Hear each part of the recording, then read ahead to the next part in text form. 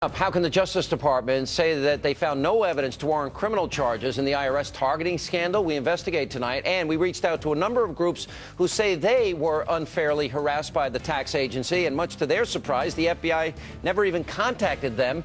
We have exclusive details on what appears to be a growing cover-up on that. And welcome back to Hannity. The Department of Justice is facing a major backlash after revealing that FBI officials claim to have found no evidence warranting criminal charges in the IRS targeting scandal. Now, needless to say, the conservative groups who were unfairly harassed by the tax agency are outraged. And earlier today, we received an exclusive statement from the American Center for Law and Justice. Now, this group is representing 41 of these targeted organizations, and they told us, quote, "It is mind-boggling how federal authorities can conclude that there will be no criminal charges brought in this case in light of the fact that none of our 41 clients, those who face the illegal actions of the IRS, have never been interviewed by the FBI." We also received this statement from another group, which reads in part, quote, "Tea Party patriots nor our attorneys have ever been contacted by the FBI regarding an investigation. Now, one of the first steps in a possible criminal investigation is to contact the victim of the said crime. How can the FBI pretend to be thorough without actually talking to us?" That's a great question. Here to debate that, Fox News contributor Tucker Carlson and Fox News political analyst Juan Williams. Juan, we know for a fact that a disproportionate number of conservative groups were targeted. That's not in dispute. If they're going to have an investigation, don't you think you actually have to talk to the victims and let them tell you what they've been through before you can I think you'd have to look and see if there was any violation of specific codes in the law, Sean, and the law here would say, you know, were you hunting for enemies? Were you lying? Did you improperly apply the law in a way to target specific political groups? And what they found, apparently, and remember, this is an FBI run by James Comey, a Republican who gave to Mitt Romney. What he's found so far is there's no evidence. What we know, Tucker, from the hearings involved in this case, number one, Lois Lerner pled the fifth in her particular case, but more importantly, we know that this went all the way to Washington and that the narrative that the American people told that these were rogue people in Cincinnati, that they, in fact, testified that they were getting their orders from Washington, who was denying that they did that. That seems like a cover-up.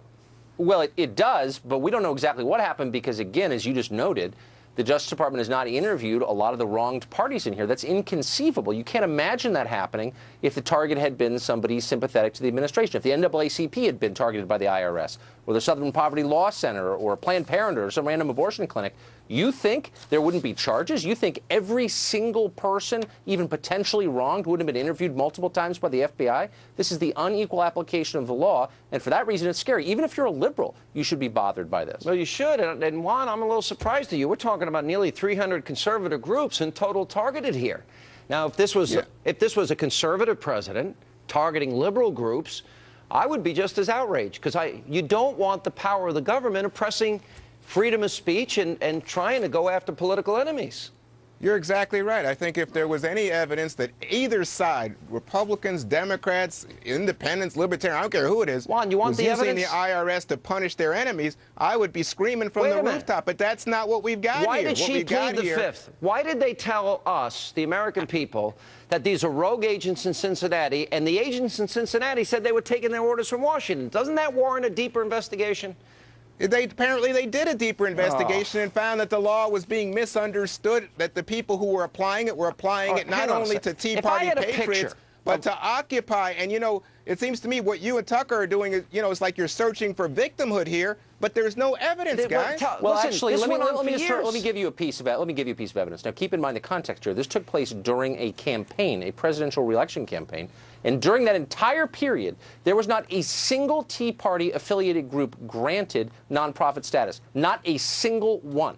That's prima facie evidence right there. There's really no question. By the way, when I was a kid, there were a lot of civil libertarians on the left who said they were very concerned, and I believe them, about government overreach, crushing individuals to advance a politician's political agenda. They're upset about Watergate. Where are those people now? They should be every bit as mad about this as they are about the bridge thing in New Jersey, about any other violation of civil liberties they're always crowing about. Where are they now? They should be pressing the Obama administration. But Tucker, there are literally emails with the bridge in New Jersey saying, you know, let's have a traffic jam. There's no evidence here. That's all Juan, you are not contending with the evidence I just threw out, and this is a fact. It's not my opinion. During that campaign, there was not a single one, not a single Tea Party group got nonprofit approval. Not one. That's without precedent. That's never happened. You can go back and find out how long it takes your average nonprofit to receive its IRS letter.